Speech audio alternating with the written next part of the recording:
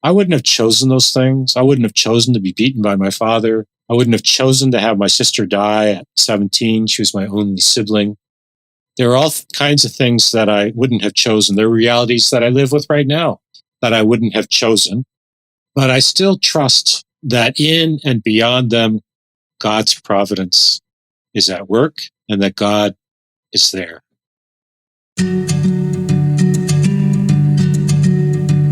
You're listening to the Embrace What Matters podcast, bridging the things of eternity with everyday experience. Here's your host, John Mahalik. Welcome back. I'm so glad you're here. Let me first apologize to my listeners for going off track with my bi-weekly release schedule.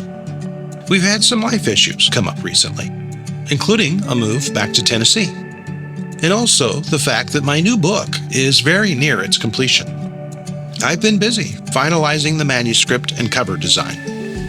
So even though the episodes may not be as regular, please make sure you subscribe to this podcast to get notified when new episodes are available. I am getting really excited about the book's release, which I still expect to happen before the end of the year. If you've liked what you've heard in these book-related episodes, I think that reading the book will take these themes to another level. So if you also want to be notified about the book's release and possibly partner with me in sharing the word on the book with others, please visit embracewhatmatters.com/newsletter. There you can subscribe and receive upcoming updates on the book and how you might get involved. Thank you so much. Your engagement and partnership mean a great deal to me. So now let's turn our focus to this episode, an interview that, in part, expands upon the theme of spiritual contentment that I spoke about last time. Let me introduce you to writer, priest, and pastor, Arthur Burrs.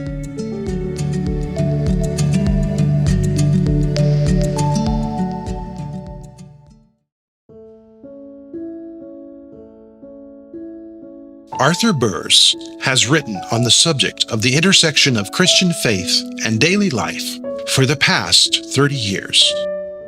Holding several advanced degrees, he has engaged the world as seminary professor, Benedictine oblate, church priest, and pastor.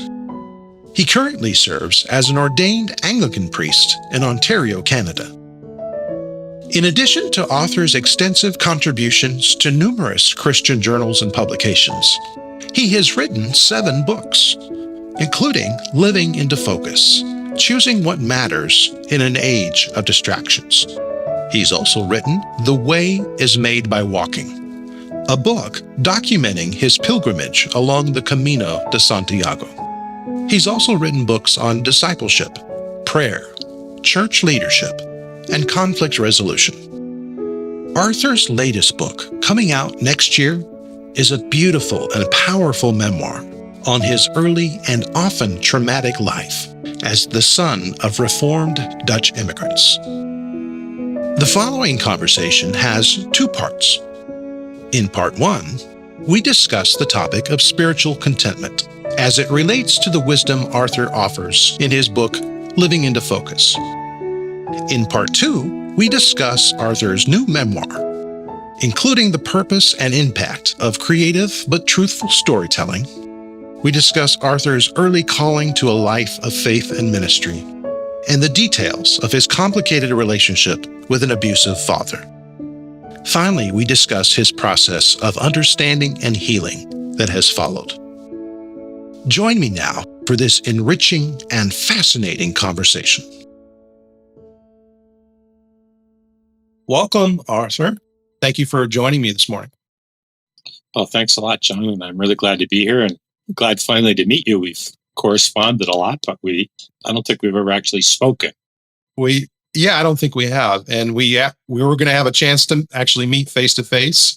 Part of the context of why Arthur is my guest today is we're certainly different in many ways, but we do have a few things in common. And one of them is that we're Christian ministers and writers. We've specifically written books to encourage people on focusing on what matters.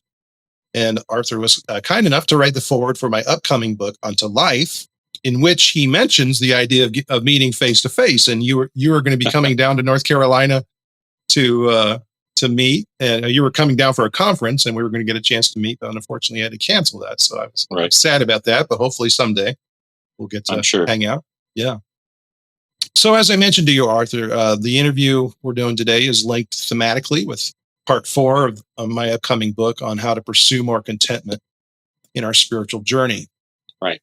And so while there's lots I could discuss with you, you've written several books, you have a big history and body of knowledge. I'm going to touch on mostly the idea, at least in part 1 of our interview, on the idea of contentment in one of your books, but also a bit in the new one as well.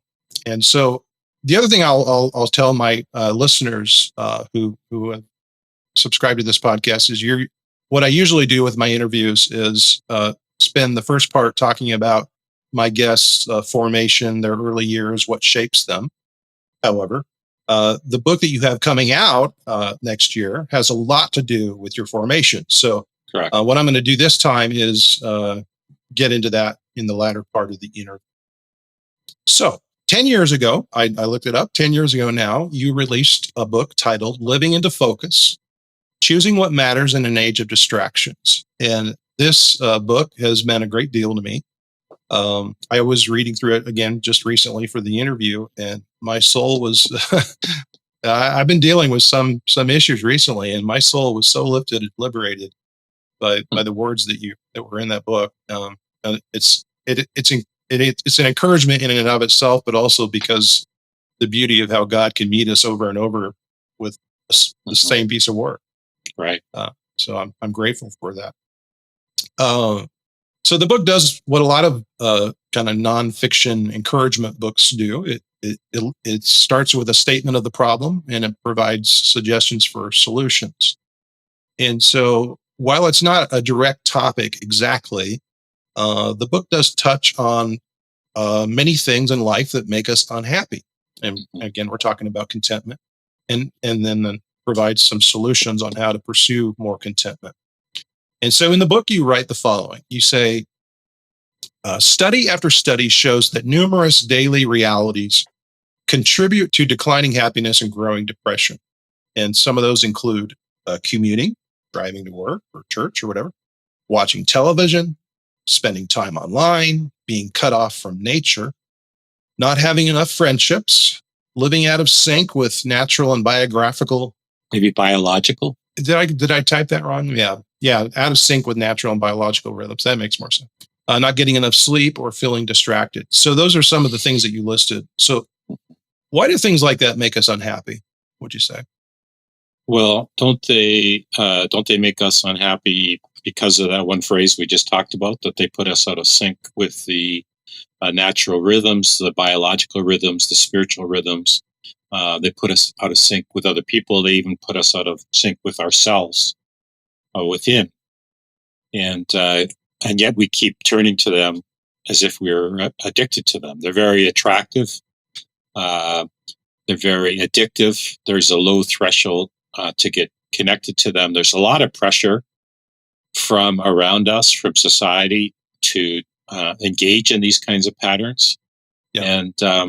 And we don't take the time. We don't take enough time to pay attention to the effect that they're having on us. We don't even talk much about it with each other. That's one of the main reasons why I wrote the book, was because I felt like there are all these things that aren't discussed in the church. And really, isn't Christian faith about living the good life? And by the good life, I don't mean the American or Canadian dream of wealth and affluence and prosperity. But I mean a life that's a virtuous life, a life that's enriching, a life that's good for other people. Yeah. So specifically, the book gets into the topic of technology. And so the list that I read is not all about technology. I mean, some of it is, but so it talks about the power that technology can have over us and our sense of contentment and like you say, being connected. So before we go any further, let me offer this disclaimer. I'm going to drill down on some of the harms that technology can cause, but I don't think either Arthur or I would say that we should totally do without it. We're having a podcast right now. We're benefiting from technology and having this discussion and sharing it with others. So this is more about how to put technology in its proper place so that we can live more contented lives. Exactly. So I know Albert Borgman was a big influence on you for this book and this topic. Tell me a little bit more about him, how you met him, what his influence was. So Albert Borgman is a retired philosopher of technology at the University of Montana. He's originally from Germany, but he's lived in the U.S. for, I guess, over 60 years by now. Wow. And he wrote a number of books that I read. I started reading him in the 1990s when I was a rural Mennonite pastor. And I already had a sense that there was something awry with how we were living. And the place that I mostly noticed it at that point was everybody complained about being busy. Wherever I went, pastors, parishioners, retired people, everybody said they were busy. Yeah. And I got to thinking a lot about that. And then I thought about how we deal with time, what our perspective is on time. I'd been raised Calvinist. I was no longer a Calvinist by then, but I was still very influenced by the idea of Sabbath, which was reinforced by another of my mentors, Eugene Peterson, who wrote very eloquently about Sabbath. So I started researching time and talking about time as a pastor. I remember doing a whole weekend retreat with the congregation on time, and then I came across the works of Albert. And he was so clear on some of the dynamics in our society, and he spoke so well about what's concerning about how we deal with technology. And he's not against technology either. Actually, almost no one is against technology. Yeah. People not even the Amish aren't against technology either. They exercise discernment around technology. Sure. At any rate, so Albert was so clear about technology that I read him and reread him, and then eventually I had a chance to meet him and spend time with him. And I always thought I would love to do a pastoral appropriation of his ideas. Albert is a Christian, and he does mention that in his books, but he doesn't talk about it a lot. And I thought we need a pastor to interpret these ideas and to have them interact with theological perspectives. And so, plus he is a philosopher, and like many philosophers, he's not always the easiest person to read. Even later, when I was a seminary professor, I would assign some of his works to my graduate students, and they found him. Sometimes they found it hard to get through his writing. So I thought, well, we need an accessible appropriation of his ideas, and that would be a good pastoral offering.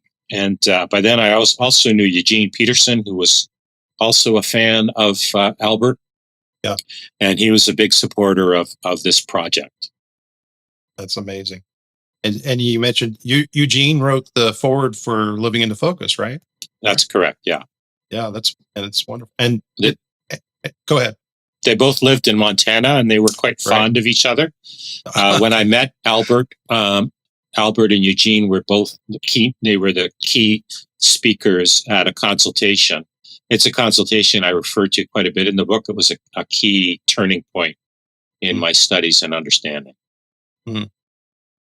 Well, you quote, like you said, you quote Borgman a number of times in the book, and one of the quotes I'm going to read, he says, "The great defensive devices that protect us from hunger, cold, disease, darkness, confinement, and exertion have been around for a while." So do you think it's the technology that we don't really need to survive that's maybe the biggest culprit in making us unhappy? I could be unhappy if the air conditioner is not working, or or if I didn't have water, that would make me unhappy. But I don't know that that's exactly what you're talking about in the book. No, I don't think so. I think Well, there are a number of directions where this conversation can go, but one thing to say is technology at times, or the technology has become connected to consumerism. Right. And then consumerism drives a lot of this, because we start to get persuaded that there are of all kinds of new needs. There's a kind of a plethora of needs, and then we're dissatisfied because we want to meet all those needs, which we can't meet. We can't buy all those devices. Right. It also takes a lot of time. It's one of the reasons why we're busy, because we spend a lot of money. Don't spend a lot of time trying to earn enough money to buy our devices. And our devices also end up displacing quality time or quality activity. So it's kind of a complicated picture. One of the things I would say is that there are two statements that I reject. One is the statement that all technology is neutral. That's not true. But Christians say it often. All technology is neutral. It just depends on how you use it. Well, that in fact is not true. Yeah. Technology often has an internal momentum, a desire to get us to act in certain kinds of ways. So social media is not neutral. Social media skews towards the negative, the outraged, the partisan. And social media tries to get us hooked, much as junk food is designed to get us hooked. A lot of social media is designed to get us hooked. So that's not neutral. And we could go on and on about that. The other thing I would say is that people often say, well, we've always had technology with us, which is true. And therefore, this is nothing new, which is not true. It is true that there has been very disruptive technology in the past. So the example that usually gets cited to me when we have discussions is Gutenberg's invention of printing. That was a very disruptive form of technology, affected history, affected the Reformation. You and I certainly are grateful for printing. We're authors. We like being printed. Yeah. But what I would say is that the quality of kind of technology that we have now is actually quite different than technology in the past. So think about, for example, the reality that technology is prevalent everywhere. It's present everywhere in a way that was not true before. Technology used to be more local. And also, technology doesn't give us the same kind of choices that we once had. We could choose to use certain devices or not use those kind of devices. Now there's a lot of pressure to conform. So, for example, it's a small example, but I don't have a cell phone or a smartphone, and I'm quite stubborn about it. There is so much pressure on me to have a smartphone or a cell phone. 20, 30 years ago, we don't have a television. We haven't had a television for a few decades. And it's not a self-righteous kind of thing. It's just, I was realizing I wasted too much time on television when there was a television around. So we got rid of the television. I'm quite happy about that. It doesn't mean the same thing now that it used to, because you can just watch TV on your computer. Sure. So, but what amazed me was when I didn't have a television, the pressure on me to have a television. People kept insisting I should have a television. And this is literally true. A number of times people gave me a television because they thought I should have a television. Right. One time I was visiting my mother and she said, "Oh, I have an extra television. I want you to take it home." I said, "I don't want the television. I'm happy to live without a television." She walked over to my car, popped the trunk, and put the television in the trunk. Oh my goodness. When I got home, I just put it out on the curb. But so there's this kind of pressure. And, it comes in all kinds of ways. It's hard to do things without going online, for example. So as a priest, there's a book that I need about the Eucharist, because I'm training people in a local church about the Eucharist. And we no longer have a bookstore. I would have gone to the bookstore. I had to order it online. And, then I have to use credit cards online. And now I phone them today to tell them I've waited a month and a half and it hasn't showed up. And they're like, "Well, we can't really prove that you ordered it." And so we have to go through all that. And then they said, "Well, it's been delivered according to the post office. We don't know what we can do." And so I think I don't want to get into and this is easy to do when I give these kind of talks. People start complaining about the aggravations of technological life, and those are true, but they can get petty too, and they're not really the real issue. The real issue is that we are all being channeled and forced into being more and more online. Of course, the pandemic didn't help that. It's one of the reasons I've been worried about the pandemic. But to get back to the original point that I was trying to make, I guess I'm wandering around. I don't think technology is neutral, and I also think technology. There's a different quality technology now than there used to be in the past, and we don't have generally. This is changing, but when I wrote the book, there weren't a lot of discerning conversations about how we use technology, especially in the church. The church got swept up with stuff because we want to be relevant. We want to connect with people. We feel that's the way to reach out to other folks. We don't want to look too dowdy. We don't want to look like the Amish. That's what I often hear. We don't want to be like the Amish. But I have been happy to see in the last few years that there's more and more careful and discerning conversations about technology. That's what I'm asking for. So, I don't have a cell phone. I have good reasons. My wife has a smartphone. She has good reasons. And so it's not all or nothing. It's not about having smartphones or not having smartphones. It's about figuring out what are our true priorities and making our decisions accordingly and paying attention to when the technology derails us from our highest priorities. Right. And with anything, improving our lives, happiness, getting in shape, eating right, whatever it is, we have to evaluate things. We have to evaluate the reality of our lives. Correct. What are we paying attention to? What do we prioritize? What has a hold on us that maybe is not so healthy?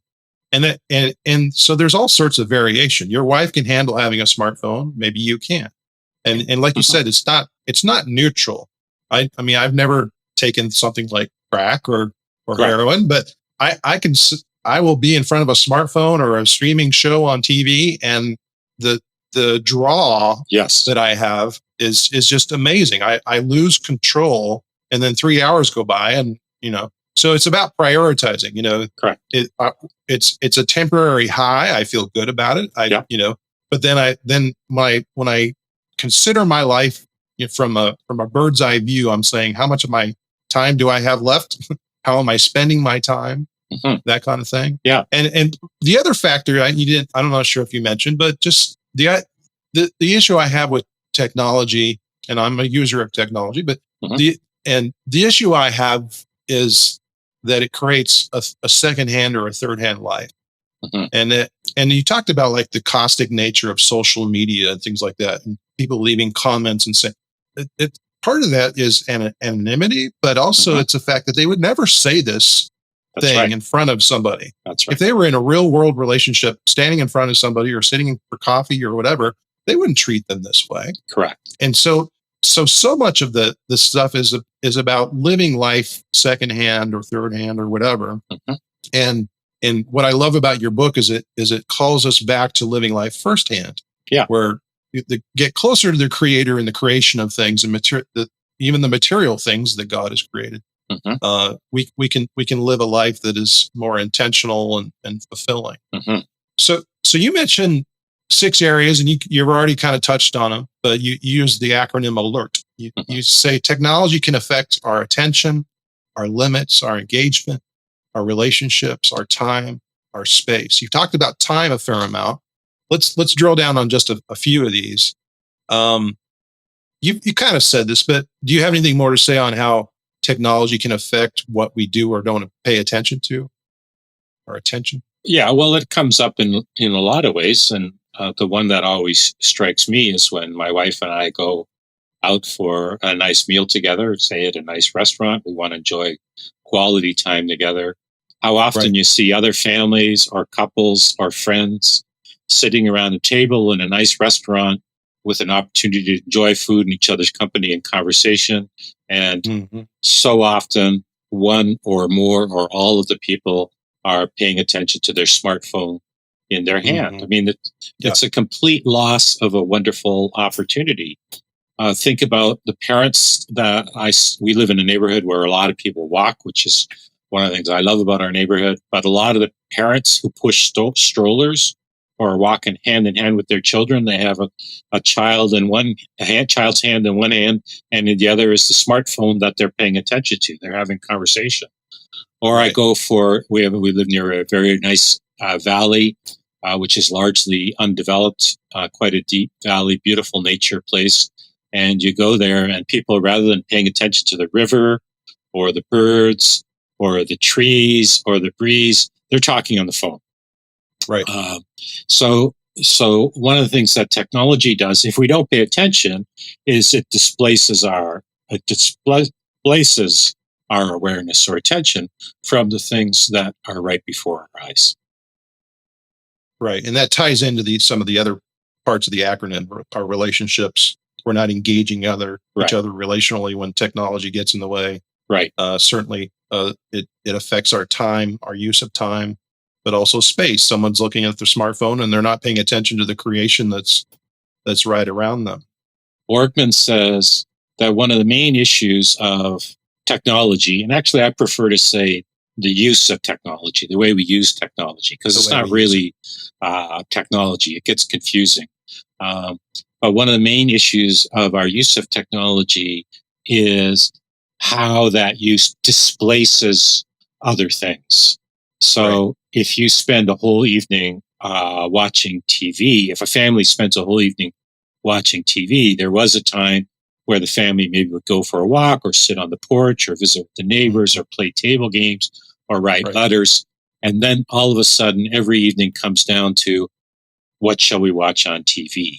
So all these wonderful activities, which, as you know, we call focal activities, that's a term from Borgman's ideas, often get displaced or downplayed because we're so fascinated by our glittering gadgets.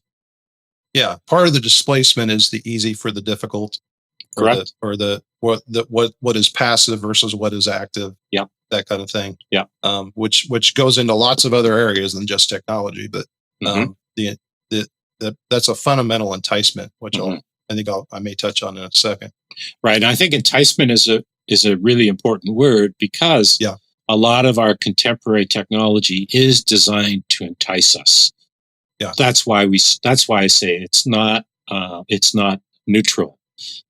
Technology is like junk food. Junk food is very carefully designed to hook us. You know, the amount of crunch, the amount of salt, the amount of sweetness.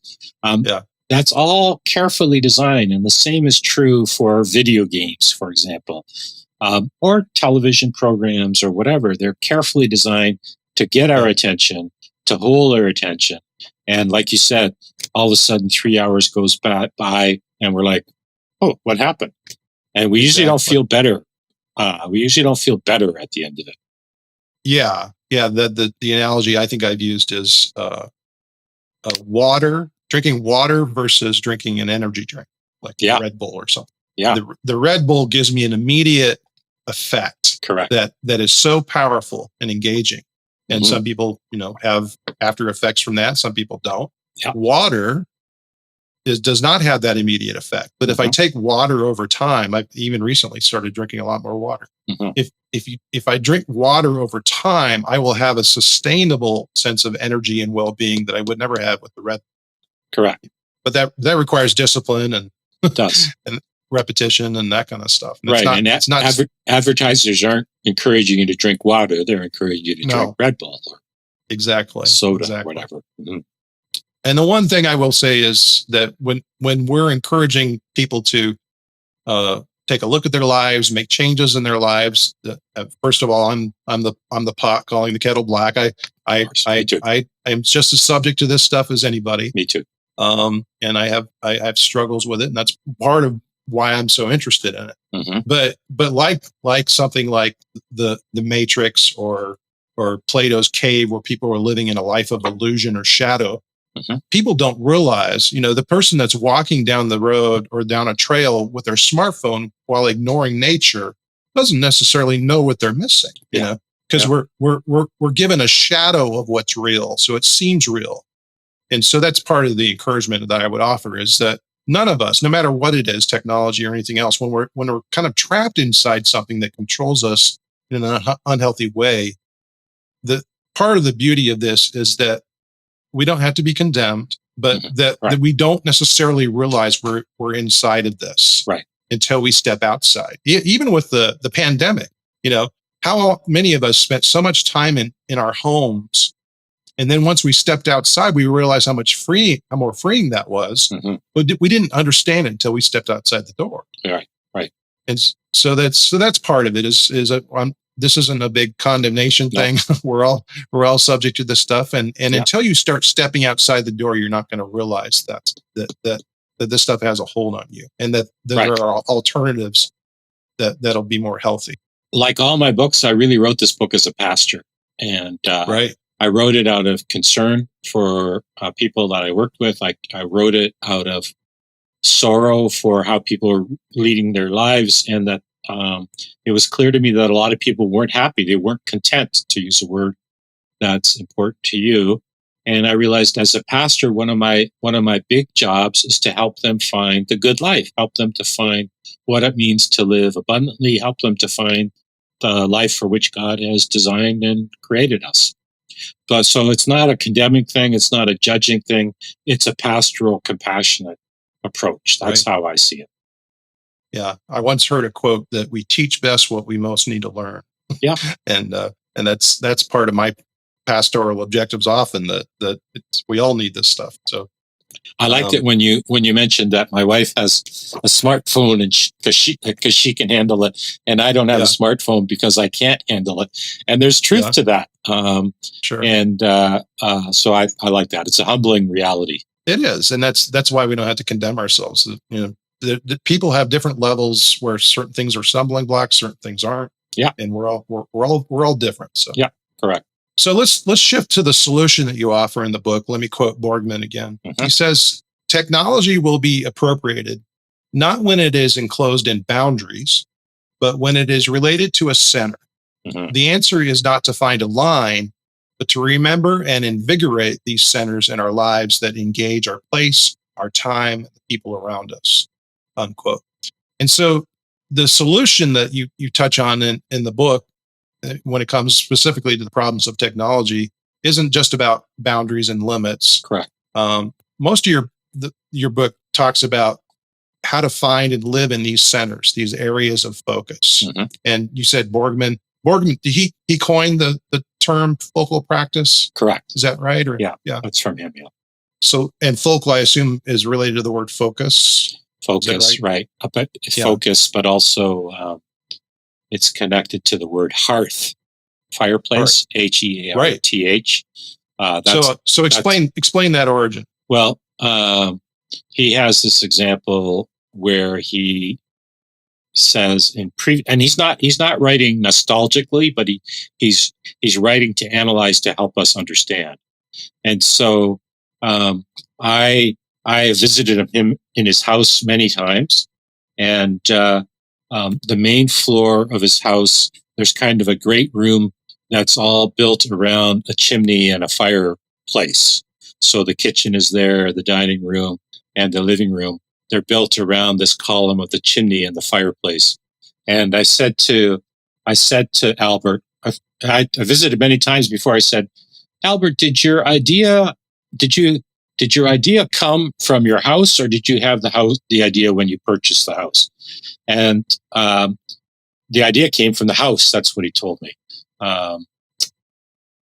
Anyway, what Albert points out is that when a house or a family was centered around a fireplace or a hearth, HEARTH, there was a way that the fireplace could gather people together. They would sit around the fire. They would benefit from the warmth, but they would also have to take turns loading the fireplace with wood. Somebody be responsible for getting wood, chopping wood, procuring wood. So there was a way that the fireplace drew the family or the household together. And then I used to visit Holland when I was a child, and those houses had heating, but they didn't have central heating. They only had a heater in the main room on the main floor. And it was the same kind of thing. On cold, damp nights, we all gathered on the main floor and we were together. So technology, actually a fireplace is technology too. So devices can do that. But then what Albert does is he contrasted that with central heating. So central heating meant that the heat was dispersed throughout the house. People didn't even necessarily know where it came from or how it came about. But the biggest effect was that everybody could go to their own room or their own space, and they didn't have to be together, which we've seen with screens. It used to be there was only one screen in the house that might at least gather people together to watch TV together. Sunday nights, my family and I watched Walt Disney together every Sunday night. So there was a way that could bring us together. But of course, now we all have our individual screens. We have screens in our rooms, we have screens in our hands. And so it has a way of dispersing us so that we are no longer focused and brought together in the way that we were once previously. So then from there, so he has this idea from focal. From there, Albert said, there are places, there is architecture, there are practices that can be focal. And by that, he meant they would do three things. First of all, commanding presence. Commanding presence means that they take effort or discipline. There's a threshold to engage them. So I love to paddle on a river. There's a place a couple hours north where I paddle quite often. I find the practice quite rewarding and centering and grounding. I love to do it, but it takes effort, for the best kind of paddling, I have to get up early in the morning because then it's the most quiet and I have the most wonderful chances of seeing wildlife. So I have to get up early. I have to have special gear. I have to have a life jacket. I have to portage my canoe down to the river. I have to carry it. And on the river itself, I have to portage. I have to learn how to paddle. There's physical effort involved. When I get back, I'm often tired. So there's a commanding presence. It takes effort. But it's not only paddling. It's not only athletic practices, although it includes athletic practices. It might be going to worship, for example, is a focal practice, because going to worship reminds us, as do all focal practices, that there's a reality bigger than we are. So that's why we have the phrase commanding presence. Another factor in focal practices or focal things would be that they connect us widely and deeply to other people, other realities, to nature, to God, for example. So I have a little iPod that I have lots of music on. Today I was loading up. I see it's almost full. I love my iPod. So talk about technology. I love to listen to it when I'm in the car. I listen to it when I do exercise. It helps keep me motivated. But when my son was a teenager in high school, he went to a Christian high school. There were several other young men in that school. They wanted to form a band. And they said they needed a drummer. It was a punk band, actually, to be honest. Punk's not my favorite kind of music. They wanted to form a band, and they didn't know Paul very well. And they said, "Hey, Paul, we need to form a band. We're going to form a band, and we need a drummer." And he said, "Oh, I could drum," which actually was a lie. He couldn't drum, but he learned drumming very quickly, so he could be in the band. And Lauren and I loved going to their concerts. And the quality of the music was not always great necessarily. It certainly wasn't the kind of music that I would listen to. But just imagine, we would go and we would hear the band and we'd see our son playing music and having fun with his friends. We'd see their other friends who showed up to listen, and other parents and families who showed up to listen. We would be connected to a different kind of music than we were used to. And we'd remember how we encouraged Paul as a child to take music lessons, to play piano. He resented it at the time, but it connected with our past. And we also remembered that my father, after whom Paul is named, was also a drummer in a band. And so when I listened to Paul play in the punk band, there were all these rich connections going all over the place, which is true of live music. That's why I love going to live music. There's some places nearby here where there's live music, and I just always think there's something about live music that is so much richer and so much deeper, even if it's not perfect. Maybe especially if it's not perfect, so much richer and deeper than the canned, produced, carefully directed music, which you and I both love. We have lots of friends who are musicians, and we love to hear them and buy their stuff, but we really love to go and see and hear them in person. There's nothing quite like it.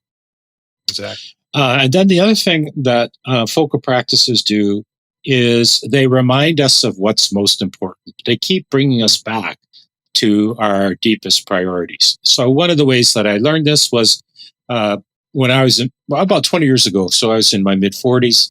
I started hiking, and it was kind of on a whim. I started hiking a trail here in Ontario known as the Bruce Trail.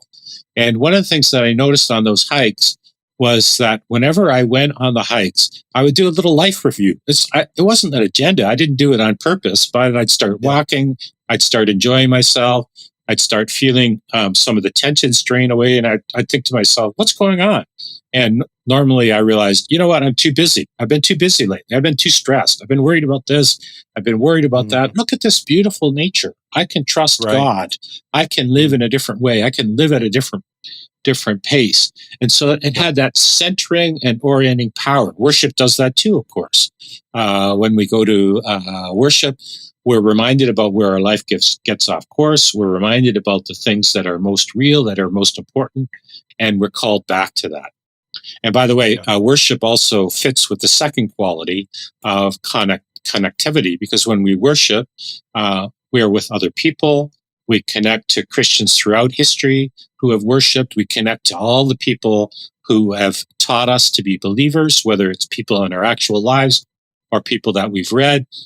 We believe that when we worship with the saints in heaven who are also at worship. So there's this kind of rich connectivity that happens when we worship. Did I answer your question? Well, you absolutely did, and went above and beyond. That's great.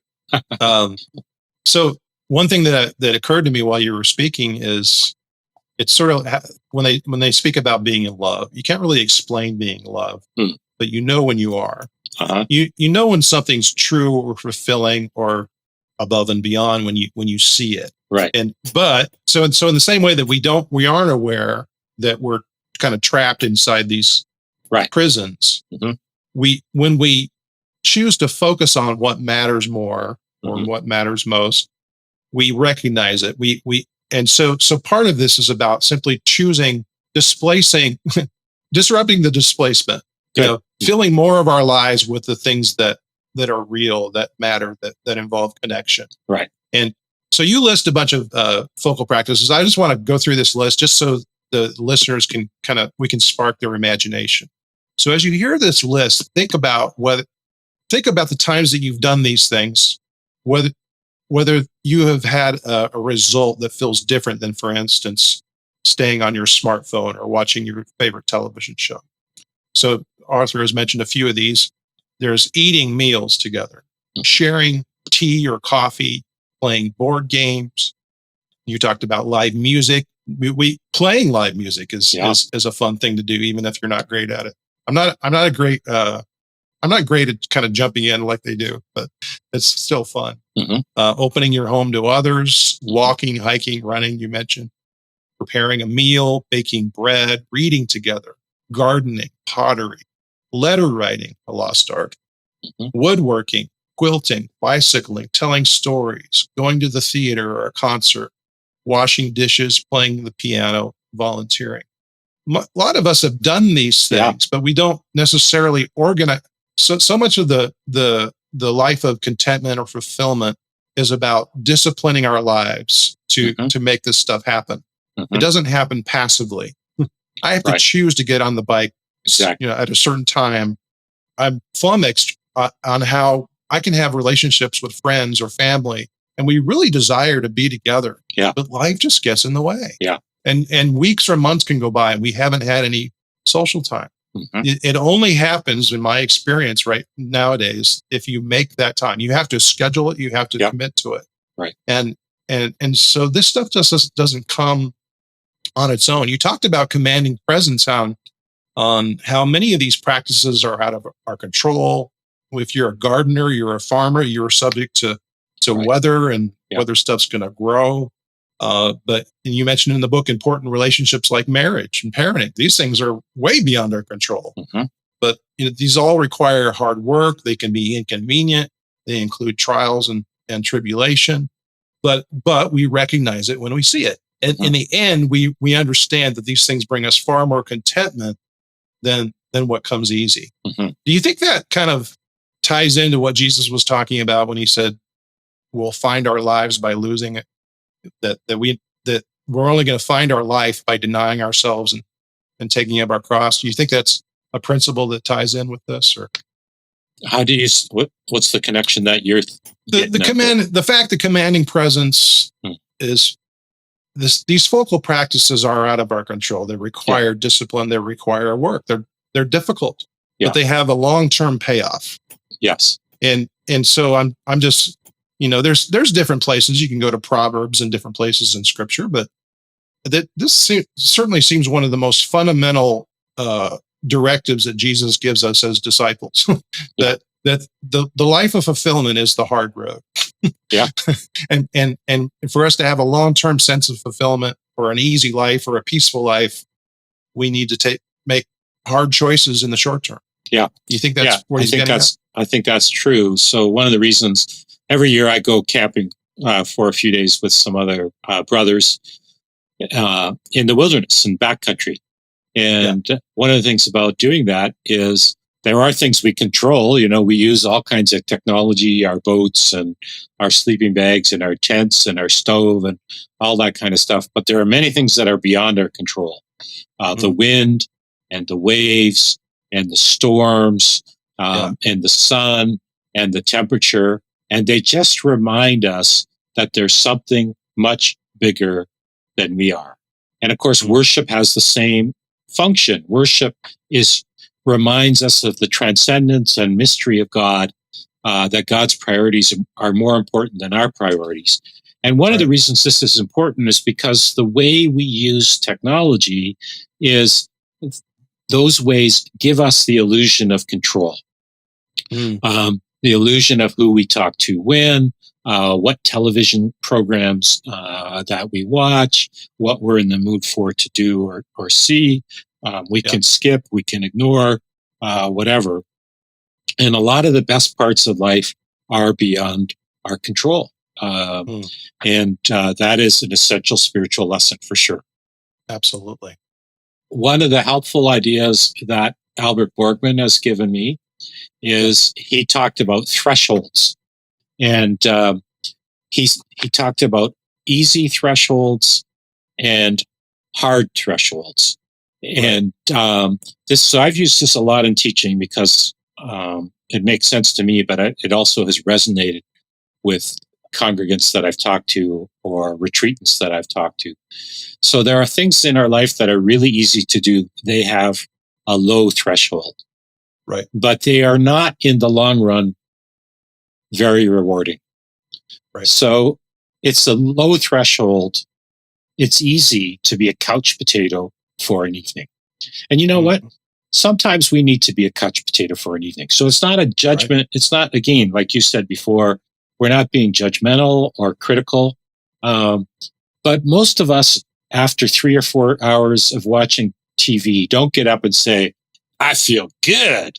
Yeah. But there are also things in life that have a high threshold, that take effort. And ironically, it's those things which have a much higher payoff. So it's a big job to get the 7 of us guys camping in the backwoods every year for a weekend in June. 3 of them are doctors. They're very, very busy. One's a high, he's a consultant.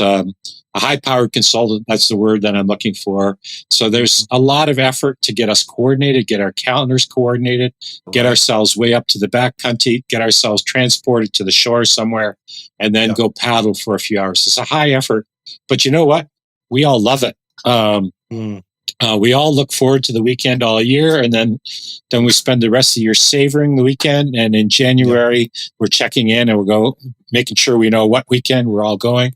There's a high effort. There's a high effort to go paddling on the river, as I've said, but there's a high payoff over time. I see the high payoff, and that's just true in life. That the things that reward us most richly are the things that cost us. Maybe not in money, but cost us in time, effort, discipline. The word, what's the word you've been using? Deliberate, in being deliberate. Yeah, exactly.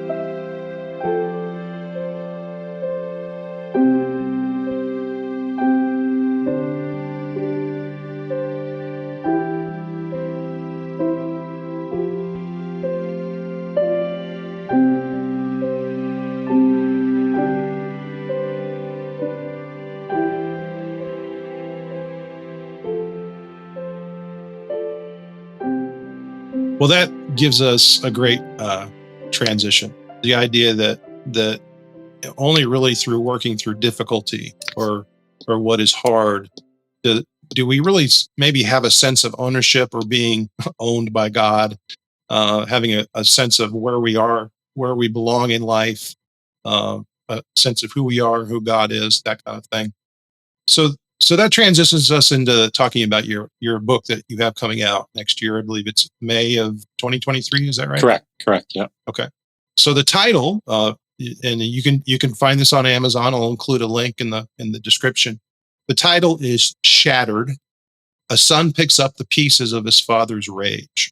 Correct. And you were kind enough to send me a copy to read before it was finished, for which I'm grateful. So we'll get more into the depth of the book in a bit, but give us a summary of what the book's about and why you decided to write it. So I'm in my mid-60s now, and I've done a lot of things in my life. I've pastored a number of churches, and I was a professor at a couple different seminaries. I went to school a lot. I have a ridiculous amount of education. And I'm telling you this not to brag, but to say that in many ways, my life has been successful. I've accomplished a lot if you measure life in terms of accomplishment. Yeah. And about half a dozen years ago, I started to realize that, yes, I have accomplished things in life, and I think I've accomplished things that I thought I set out to accomplish, and I can feel good about that. Nevertheless, I come here into my later years, and I realize that there are aspects of my life that still aren't working. I still struggle with depression, for example. And I still struggle with emotions that at times seem unmanageable.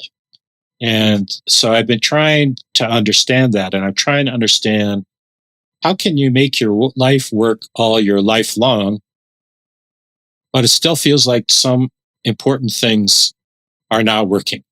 And so there's a mystery there. Yeah. And the more I thought about it, the more I came back to thinking about my childhood.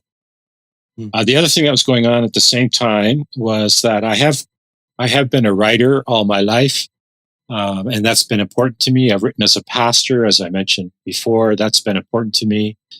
But about 15 years ago, I started to realize that there were different kinds and qualities of writing.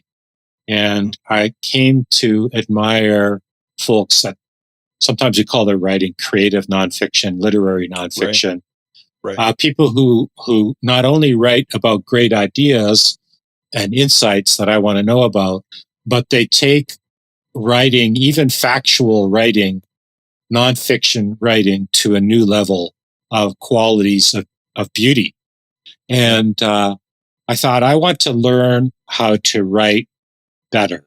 I want to learn how to write literary nonfiction. That's something that I aspire to. And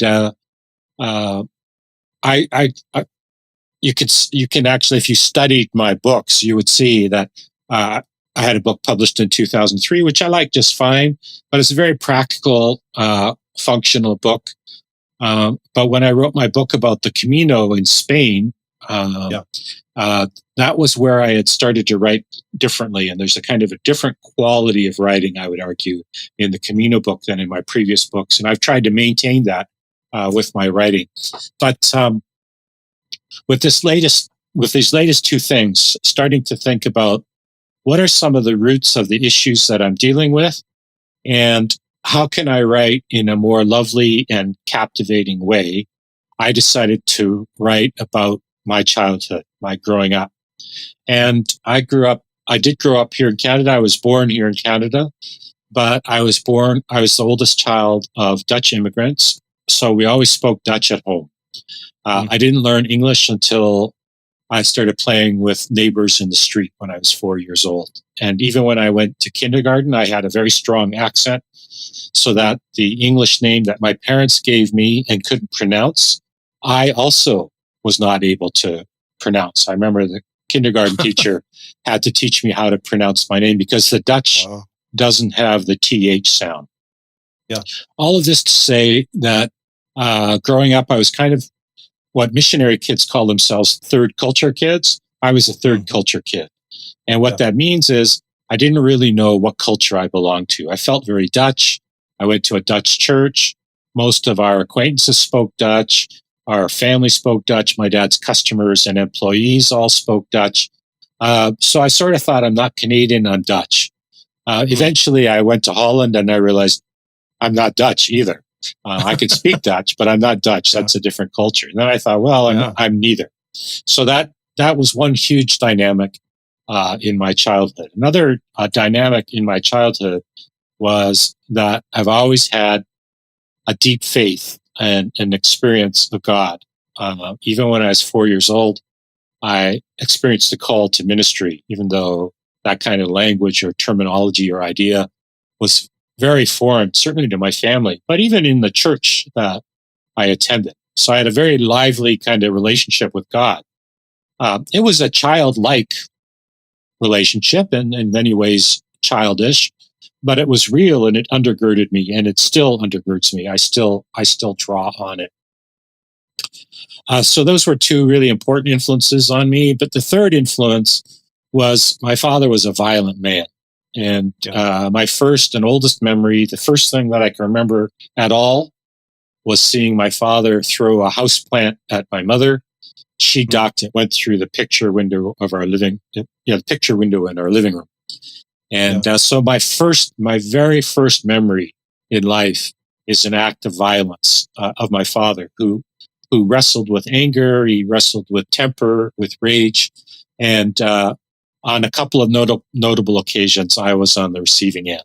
And when I was 7 years old, he beat me into a blackout. I remember everything that led up to that beating in great detail. I can remember everything. I can remember him approaching me. I can remember seeing the look of rage on his face, and then I completely black out for several hours. I remember waking up several hours later. And I'm a person that has very vivid memories, so that's quite striking that that would blank out. So in the book, I start to wrestle with the problem the mystery of my father's anger. And clearly my father had PTSD, a term that's it's kind of out. We hear it a lot now. I know we do. But my dad lived through the Nazi occupation of the Netherlands, which was a terrifying time. And then he volunteered to be a soldier in a colonial war in Indonesia, which is a very brutal war and affected him. And he had a father who beat him. And my great grandfather also beat my grandfather. So there's this kind of a history of violence in my family, which my father dialed down to a degree. He didn't beat me as often as his father beat him, for example. So I've been trying to wrestle with the mystery of my father's anger. And of course, that has an effect on me. And I have, in fact, concluded that I too have PTSD and that affects a number of my emotional struggles. And it's a reason for my depression. And it's a reason, in some ways, it's a reason why, it's one of the contributing reasons why I became a pastor. It also makes pastoring more complicated. I think it helps me be a pastor because it helped create a deep empathy for the pain of other people. I would say that I feel emotional pain every day. And I think that helps me listen to and care for others who are in pain. The place where it gets complicated is that it also means that I'm extra sensitive to other people's emotions and opinions. I'm kind of hyper alert all the time. And as a pastor, there are all these relationships that you're always negotiating and paying attention to. And so that was very very tiring whenever I was the leader of a congregation. So in my book, which I tried to write about in a beautiful way, I weave these themes together.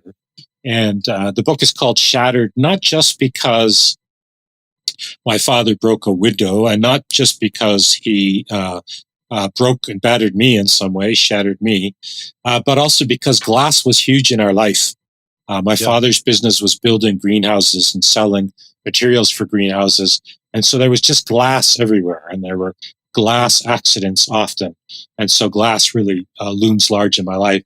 And so as a literary device, I try to bring glass and broken glass in throughout the book. In fact, one of my first job for my dad was going to construction sites when I was 11 and picking up broken glass, because when you glazed greenhouses, put glass on the greenhouses, there were always panes that broke, or the glass had to be cut, and the part that was cut off would drop on the ground and shatter. So my first job was cleaning up broken glass. As I was doing this book, I remembered the fact that I have a grandfather who actually, and this is a long story, it is in the book, but my grandfather ate peaches that were needled with broken glass. He didn't realize it at the time. He wouldn't have done it otherwise, but he was hungry. And so he ate all these dangerous peaches, and he had abdominal damage for years and years. And so I've thought about the role of glass and broken glass in my family, but I also talk about how broken glass can be overcome. It can be transcended. So, for example, I really like beach glass, and beach glass comes from broken glass that goes through the trauma of waves and currents and sand, but comes out with the color changed and very, very beautiful. Or I tell a story of an important encounter that I had with Henry Nouwen a number of years ago, where I broke something that belonged to him that was made of glass, and Henry Nouwen, with his Dutch accent, pronouncing my name the way my father did, who was a priest and therefore a father, was obviously a father figure in my life. And when I accidentally broke this valuable candle holder, I was quite afraid of his response, but his response was very healing and redemptive.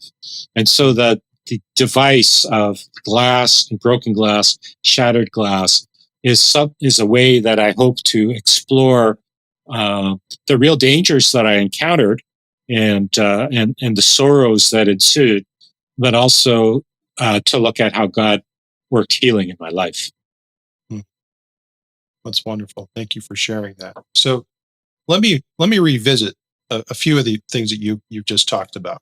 Okay. And so let's step back a little bit.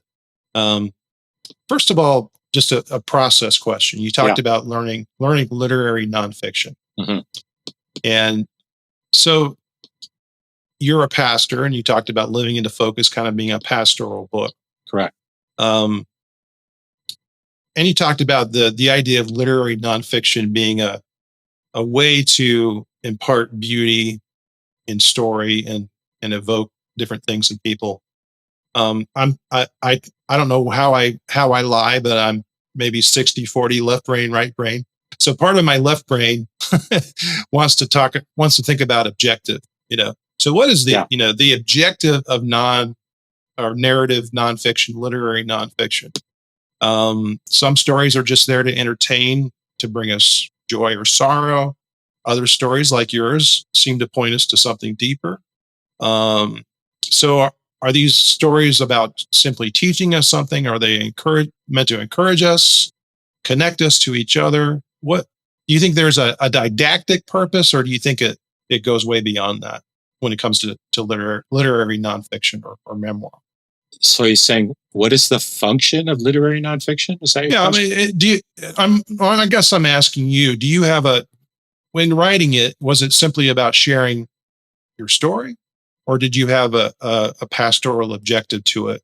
And if you did, how did you want to reach people through this genre?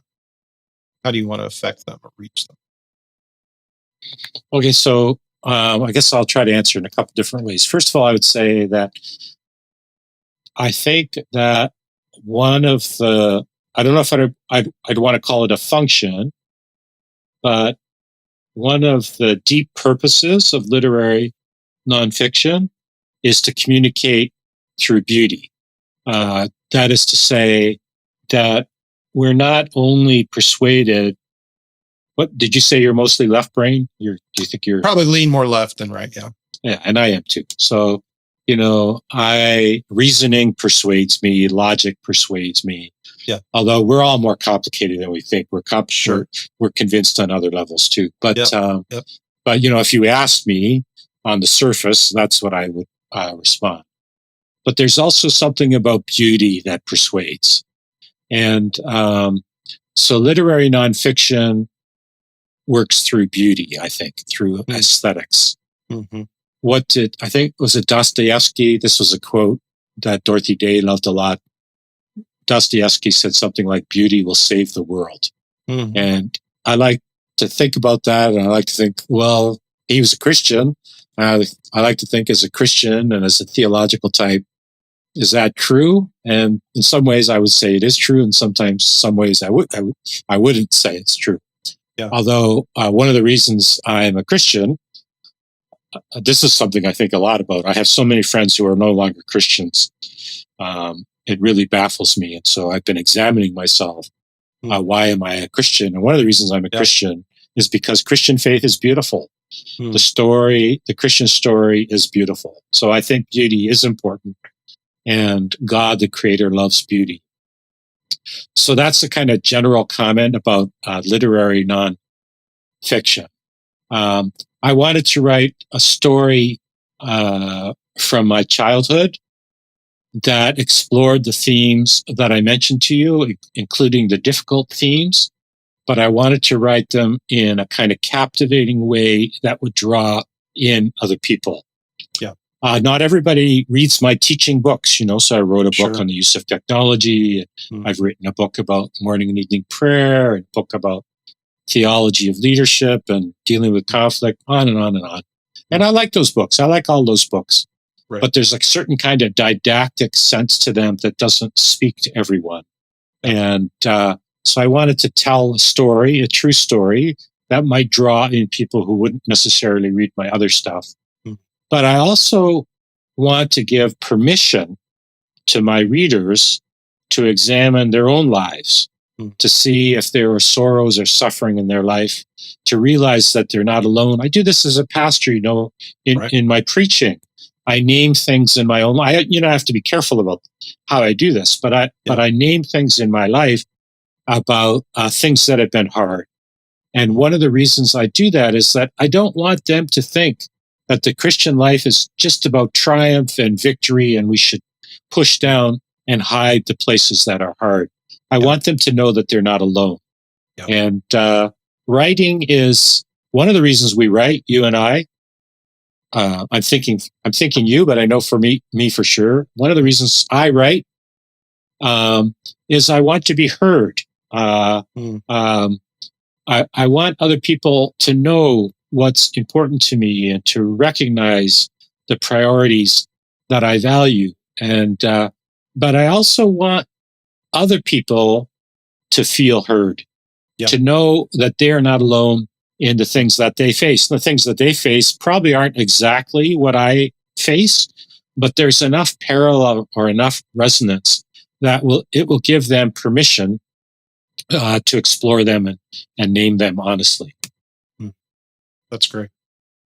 So was it a concern for you? Because you talk about you having this, from my perspective, and probably a lot of, if people are picking up this new book that have read your other books, I saw you as a wise thinker, pastor, theologian. I was looking at all your accomplishments and specifically the gifts that you had to offer to me, and a person that seeks meaning.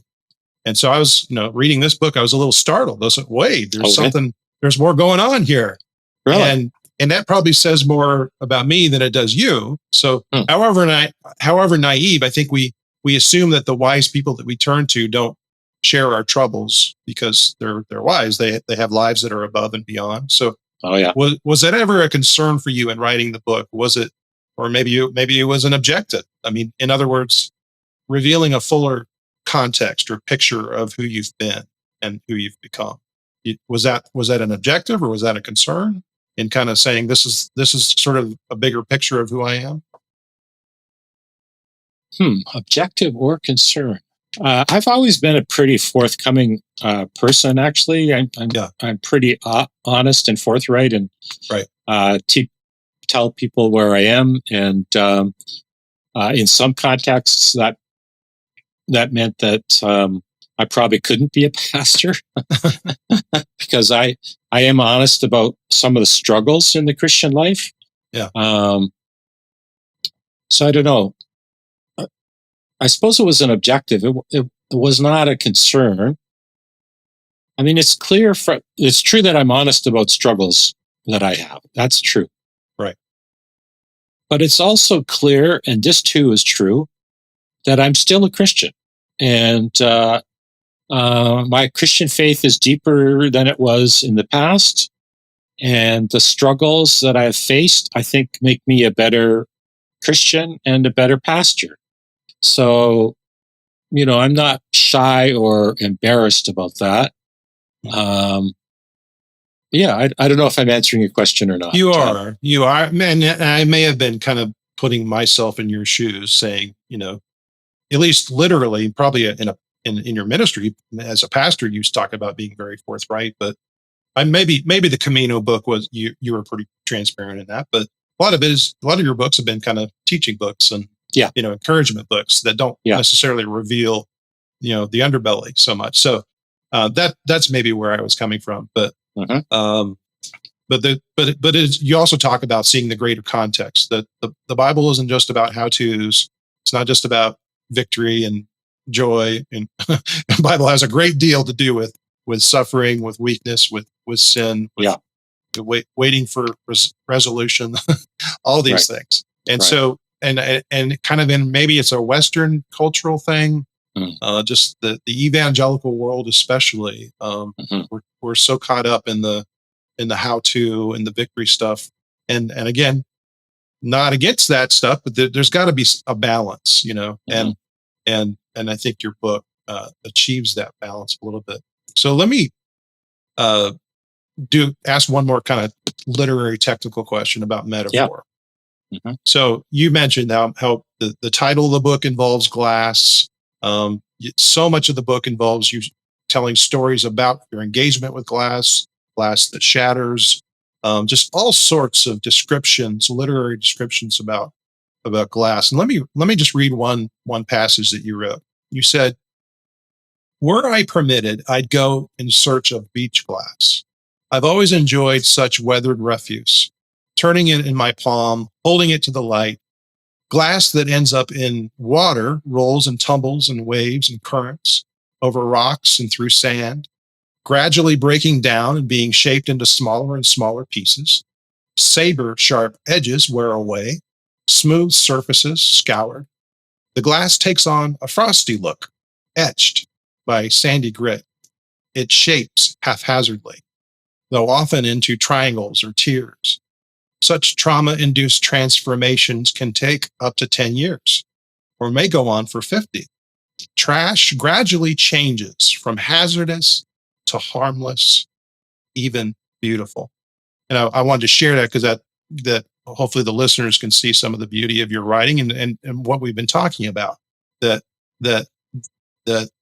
these descriptions of real things like the material of glass, but the beauty evokes something in us that goes beyond just the logic, excuse me, the left brain, in such a way, maybe in the way that we're supposed to love God with our heart, soul, mind, and strength. I think too many of us focus on the mind and strength when it comes to our spirituality, and so these descriptions evoke a little bit more than that. But so, is glass just a coincidental metaphor for you in the book, or is it meant to? Do you want your readers to draw these types of meanings? Because certainly you point to certain types of meanings. That a trashy piece of glass could move from hazardous to harmless to beautiful. What was your use of metaphor in the book? Was it simply just descriptive, evocative, or were you trying to point towards certain meanings that you want people to draw? Early on in this process, when I was writing about these kinds of things, I did an MFA in creative nonfiction, and I wrote an essay that was called, I don't know what I was called, but it was, I just realized that glass played this huge role throughout my life. So there's all kinds of stories that I didn't tell. Yeah. But there were a number of incidents in my life, including I was a very well-behaved teenager, but when I got an air rifle, a friend and we shot out all the windows of a shed near his family's house. That's like one of the worst things I've ever done in my life. And my parents never found out, and they still don't. My dad's not around. My mom's still living, but they never knew what I did. So there was just all this glass. And David James Duncan, I think that's his name, David James Duncan, his book is like My Life Through Water or something. So partly I was just thinking about that idea, and then I was thinking about how my life could be told through glass. And it really is, as I thought about it, it's really remarkable that my first memory is my father breaking glass. Yeah. And it's remarkable that his work was bound up with glass. And as a result, my summer jobs were for a number of years. That my grandfather ate ground glass, not on purpose, but it affected him for 20 years. Glass is just everywhere present in my life. And so it's not a device. I mean, it's there. And I'm a bit of a mystic, as you know. And so I think there's meaning there. And so I latched onto it, and I worked with it. I didn't tell all the glass stories, but I highlighted the ones that helped form a narrative arc. I don't know if I'm answering your question or not. You are. Glass is it's a mysterious substance. Some say it's not a liquid and not solid. We need glass through our lives. We talked about technology earlier. You and I just think about the role of glass in technology in so many different ways.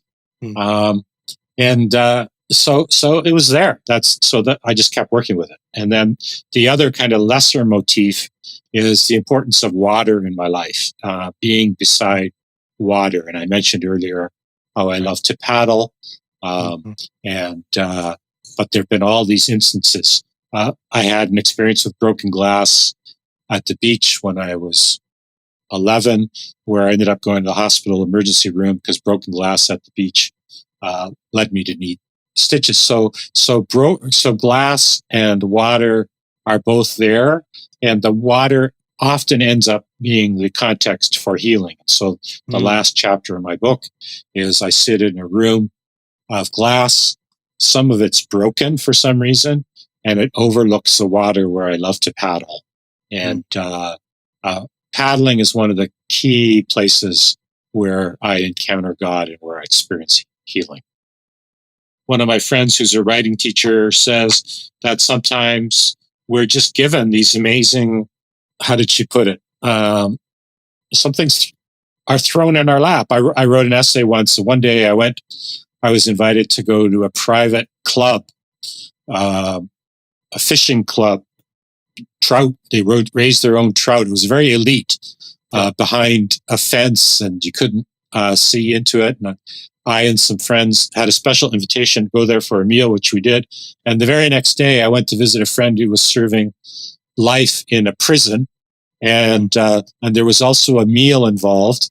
And the contrast and the parallels of these two isolated places that you could only get into by special invitation, and one was very high class and one was very oppressed, was kind of stunning. And when I wrote that essay, my writing teacher said, boy, sometimes things just drop into your lap, and but you have to be paying attention. Right. And that I do, that I do for my life.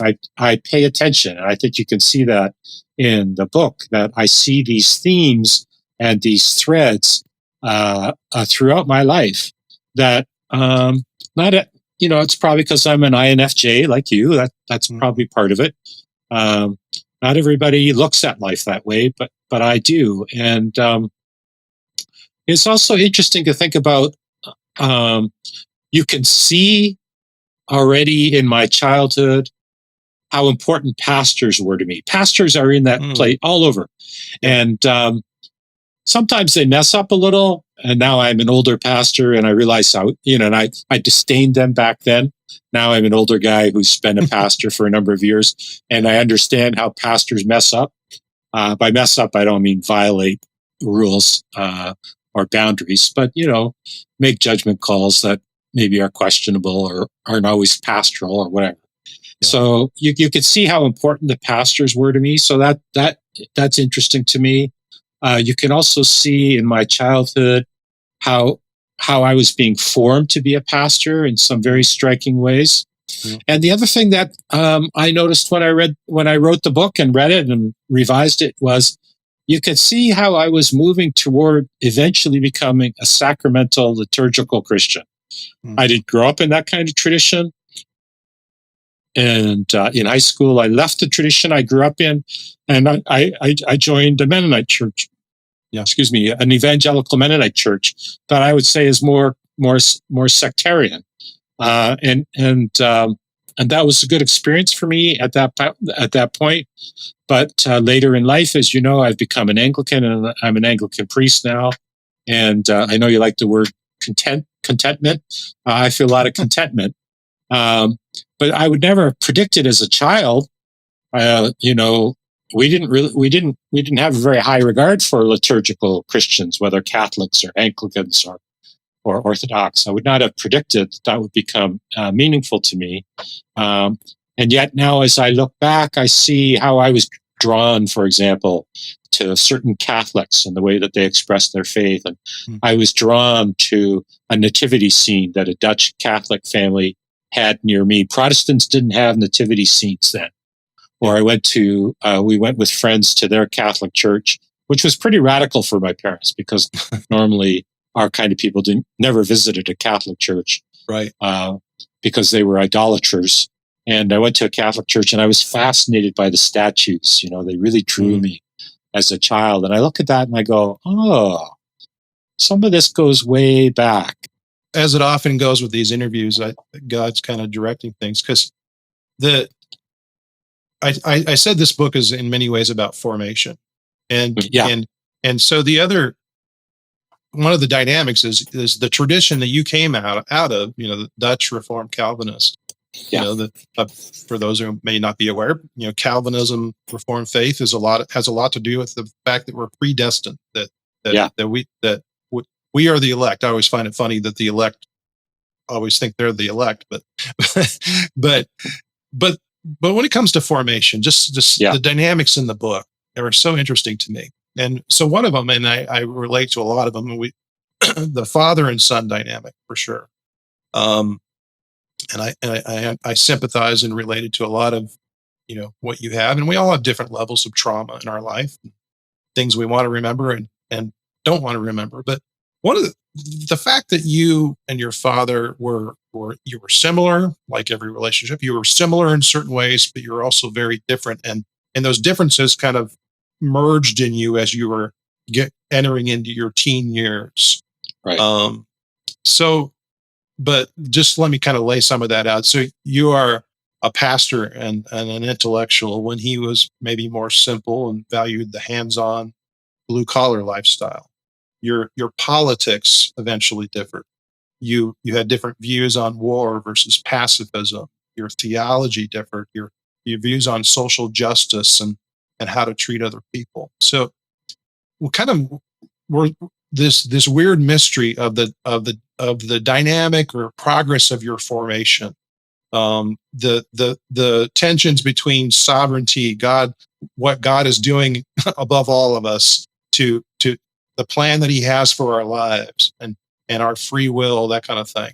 How have you understood those differences? Because in one sense, you could say, and I identify with this, that there are things that I didn't like about my dad growing up, and my formation has kind of gone to the other extreme, you know? And so was that why that happened? You know, was God above that, kind of forming me all along? Do you think some of your formation was really a reaction to some of the abuse and the neglect that you suffered?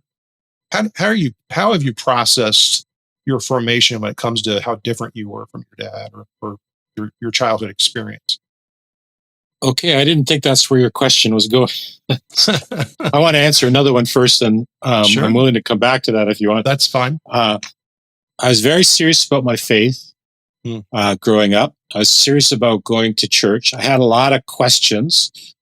Big one in high school was predestination. I argued with the minister about that a lot. And then I finally decided that our church was not evangelical enough, and I joined an evangelical Mennonite church, which was not done very often. It's very common now for people to move around, but it was not done as much back then, especially in our church, because our church was ethnically tight and close. You didn't leave. And when I left, I was quite disdainful of the church that I was leaving behind. And so I had that kind of attitude for a number of years. And but over time, I've grown more ecumenical and more appreciative of different traditions. I became a pastor, and then I realized how complicated it is to become a pastor. I grew more compassionate for those pastors. I became friends with Eugene Peterson, whom I've mentioned. And, he makes a case for predestination that I find quite winsome, actually. I can't repeat it right now, but when I read it, I thought, oh, yeah, well, that kind of makes sense. I could buy that. Yeah. And and also I've become frustrated, in all honesty, I've become frustrated with how easily we move from church to church. I think that there's some real hazards there. Something else that Eugene certainly emphasized. So then I felt bad about having left the church of my childhood. I read Wendell Berry, who argues about for stability and faithfulness and loyalty to a community. And I'm like, I didn't do that. And so I felt really ambivalent or embarrassed, especially because not only did I leave to become Mennonite, now a little over a decade ago, I became Anglican. It's like, oh, I'm on this weird trajectory. I keep leaving and changing. Yeah. What do I do with that? And writing the book did a couple of things. And one was, I actually have way more appreciation for the way that I was brought up. I don't agree with all of it, but the Christian Reform taught me how to take theology seriously. They're really interested in the kind of intellectual side of Christian faith, which I think is important. It's not the most important, and it's not the only important, but it's important. And when I was a Mennonite pastor, I had a friend who used to tell me, another Mennonite minister, he said, Arthur, you're Mennonite in your theology, but you do theology like a Calvinist. And what he meant was that I take it very seriously, which is true. And I do it deliberately and with discipline. And those things are true. And, and I grew up with the Bible. I grew up with the importance of the Bible. I grew up with the vision of the biblical story. We went to church every week.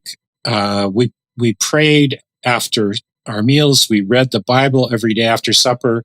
So in retrospect, I'm very grateful for all kinds of aspects about my upbringing. Mm. The thing that I see, though, is I also see that I was not that suited to the context, or there were aspects where I was not that suited. And what I mean by that is I was not satisfied with a faith that was primarily intellectual. I think the intellectual analysis is important, but it's not enough for me. I am also emotional in my faith, and I am mystical in my faith. And the emotional aspects and the mystical aspects are downplayed in Calvinism, at least the Calvinism that I grew up in.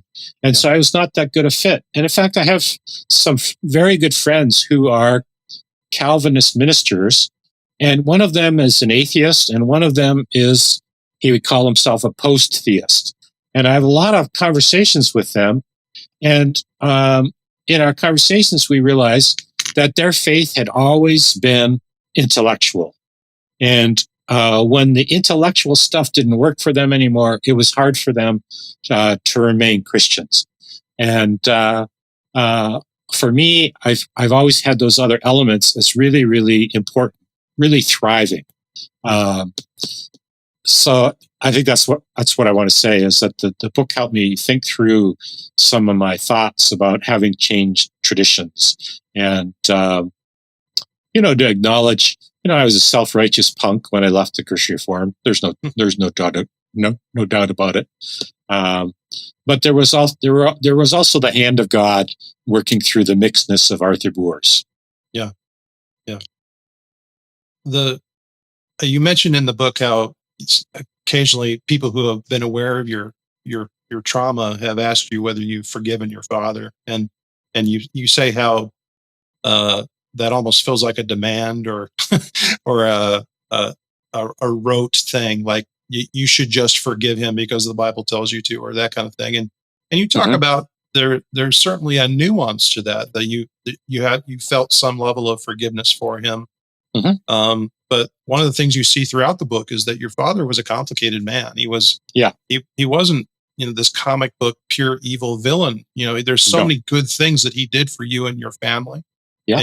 And and you also compare him to previous generations that were far more violent, and even other fathers that you knew so he was complicated. And you also mentioned a lot of this nuance of love and pain, where you wanted this connection with the man who couldn't connect. You wanted to love him. You wanted to receive this love. So this is typical of many, familial abusive relationships, where this mix of love and pain exists.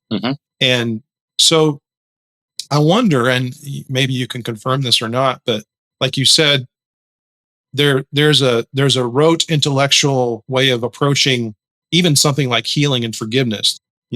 Paint by numbers. Do this, this, and this, and this, and then you'll feel better about yourself or your past. Clearly, it's a lot more complicated than that. And so you talk about, you mentioned a lot of times about wanting to understand your father, who he was, what he did, why he did it. But it appears to me that understanding must go way beyond just the intellect. And maybe that's why this literary nonfiction format, this genre, was really a great way to flesh this out. So maybe why you didn't find, the healing that on the bumper stickers that we might talk about maybe some of the healing that you've had through just the process of writing the book, and maybe where understanding came and how that helped that process. Yeah. So the writing the book was really really, really helpful. I must tell you that I have had one or two people, maybe more than two people, who, including a close family member, who've read the book or parts of the book and weren't aware of all the details, but had known my dad and now say, I don't like your dad, or I have trouble liking your dad. Yeah. So that actually makes me, I feel sad about that. I always loved my dad. Yeah. I still love my dad. Yeah. I did not love everything he did. I have some pretty big questions about some of the things that he did. I don't know whether he'd ever be able to talk to me about them. I tried to talk about them with him when he died, and that didn't go anywhere. I can clearly see that my father dialed down the violence. He seriously beat me twice, where he would not be able to count how many times his father beat him. And his father would beat him by kicking him with his construction boots on. So that's no comparison. So I see my father dialed down the violence. I see that my father had PTSD, and that causes me to have compassion for him. So the writing of the book, I think, helped me understand things that I didn't understand before. When I started to write about it, I really didn't know anything about PTSD, for example. I also see that I am trapped or wounded by some of the same dynamics that trapped and wounded my father. And I see that more clearly because of the writing, and that also helps me to have compassion for him. For me, forgiveness means that it doesn't mean forgetting, and it doesn't mean dismissing these things as unimportant. It doesn't mean saying these things were not harmful. There's so many negatives in there. I don't know if that sentence made sense. For me, I forgive my father because I don't want, to me, forgiving my father means I don't want him to suffer for what has happened. I don't want him to be punished for what has happened. I don't want God to hold it against him. I expect to see God. I expect to see my father in heaven by the sea of crystal, another glass image that was very important to him, a hymn that was important to him and to me. So I do have forgiveness for my father, even while I take very seriously the things that he did to me. Yeah. So let's wrap up talking about the book. Maybe speak a little bit about the idea of contentment that we started on. Again, we live in this fast food, headline culture that you can have this. If you have this in your life, you'll be happy, and it's so superficial. But even like we said in Christian circles, we have this kind of, this is what it looks like to live a contented life, a happy life.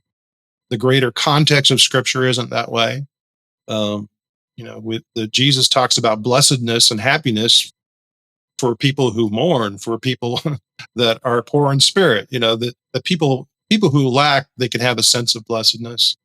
Paul talks about rejoicing in our sufferings and how suffering leads to things like hope. And how do you view your life, when it comes to the idea of contentment, whether that's defined as peace, stability, in the context of the trauma that you came from? How do you wrestle with that? How do you define your life when it comes to the idea of content?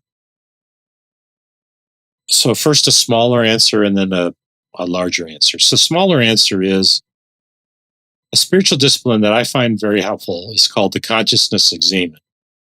And in the consciousness examen, you regularly step aside.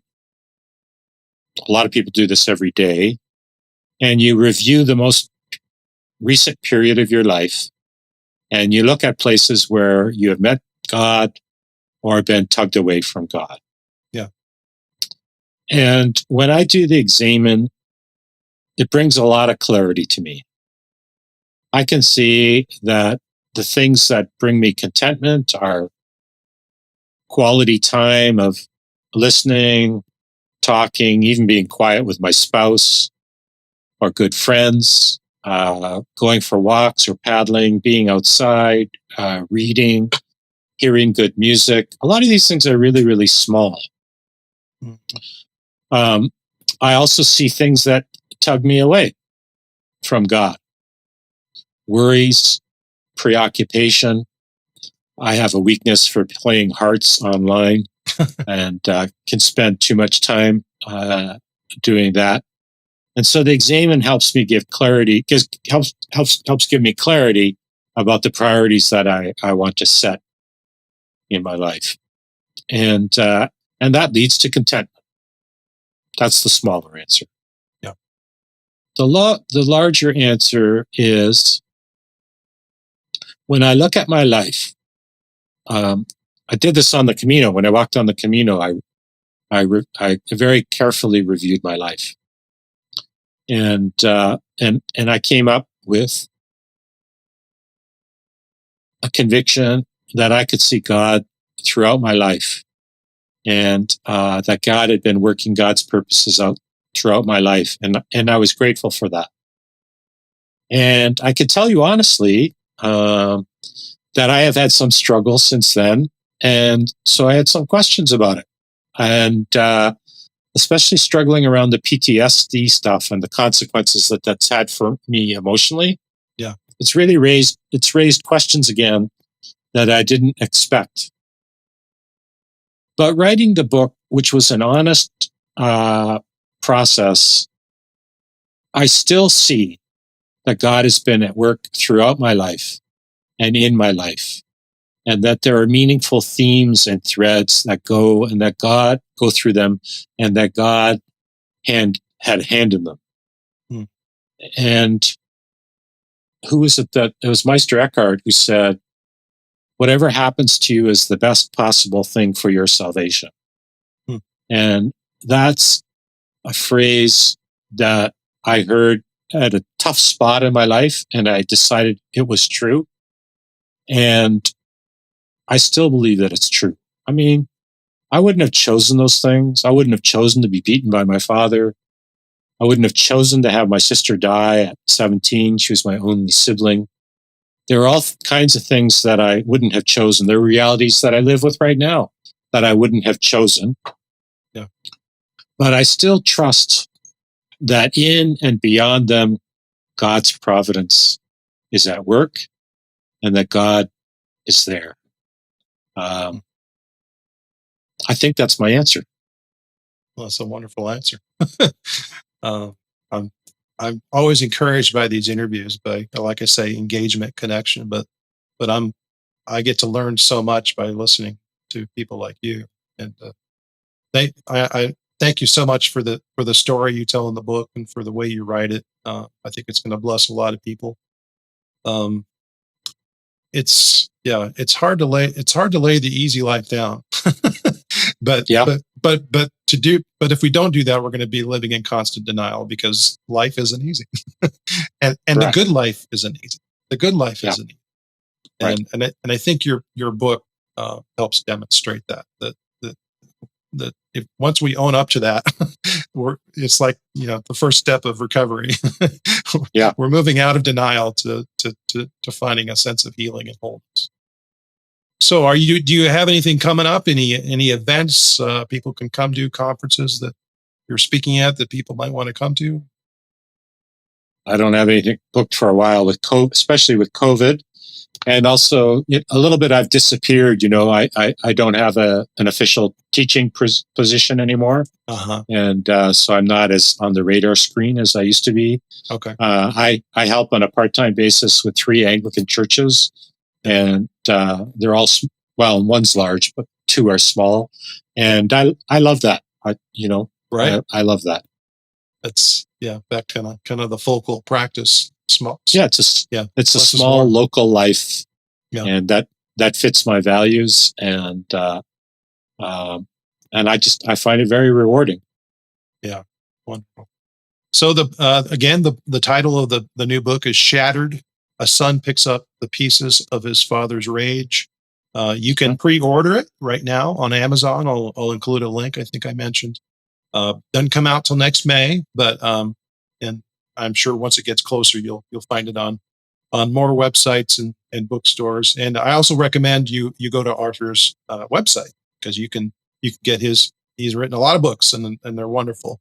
ArthurBoers.com.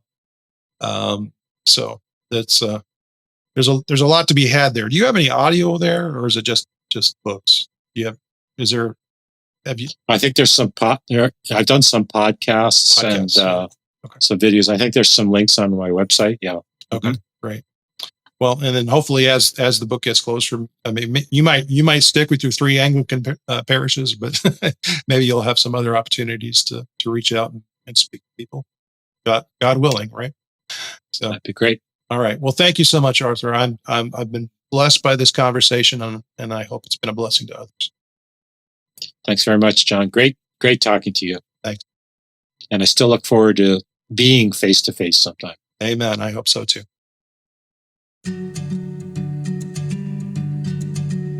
I hope you enjoyed that conversation. Arthur is a deep well of wisdom, and I was so grateful to spend some time hearing his insights on so many areas of life, healing, forgiveness, and yes, contentment. Check this episode's description for links to pre-order Arthur's newest book and for his main website, where you can purchase his other books and find information on his work and ministry. Also check for links to subscribe to my podcast and my newsletter.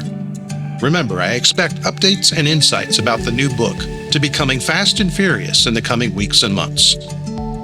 If you'd like me to come speak at your church, conference, or retreat on subjects related to my books, relational apologetics, or any other spiritual topic, please send an email to john@embracewhatmatters.com. We'll see you next time.